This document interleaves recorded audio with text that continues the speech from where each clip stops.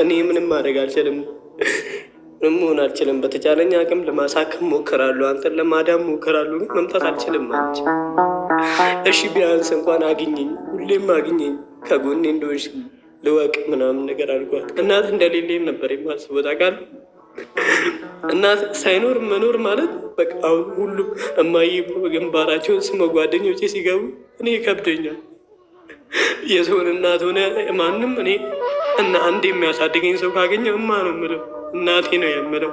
ኪዳነ ምሕረት እናቴ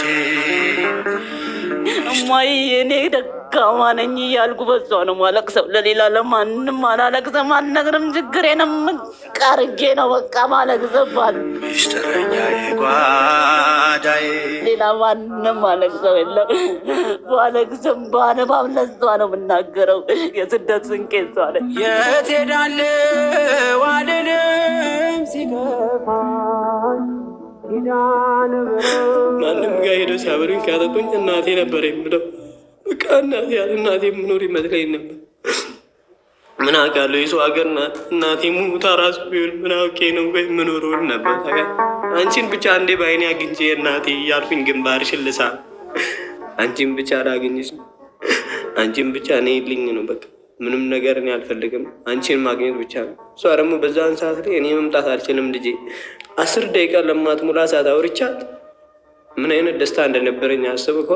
በአካል ደግሞ የማገኛት ሆኖ ቢሆን ደግሞ በቃ ምንም አልተሰማኝም። በቃ ምንም እኔ የእሷ መምጣት ብቻ ነበር ይሰማኝ። ከዛ እሷ እኔ ምንም የተቻለኝን ነገር አደርግልሃለሁ በምንም አለች። ስሟን ጠርቼ ማውጣት ምንም አቅም የለኝም። ለዛ ስም ብል ይሻለኛል። ስለ እሷ ተናግሬ የማውጣት አንደበት የለኝም። እንባዬ ቀድሞ ዝም አልኩኝ ሳልነግርሽ ስለምታውቂ ኪዳነ ምሕረት እናቴ። አንድ ቀን አንተ እንደዚሁ ልጅ ወጥተህ የገባህ ደስተኛ ሆነ እየሳምከኝ እማዬ እያልክ ምግብ መጠይቀን ቀን ይኖራል ትለኛለች ታውቃለህ። ያን ቀን የምመኘው ነበረ፣ ግን ራቀብኝ በጣም ብዙ ቀን ማለት በቃ ተስፋዬ ጠፋ ማለት። አሁን ላይ አድጌያለሁ። ያኔ ልጅ ስለነበርኩ የሆነ ነገር ይሸውደኛል። አሁን ግን አድጌያለሁ። አሁን ከጎኔ ሰው ያስፈልገኛል ታውቃለህ።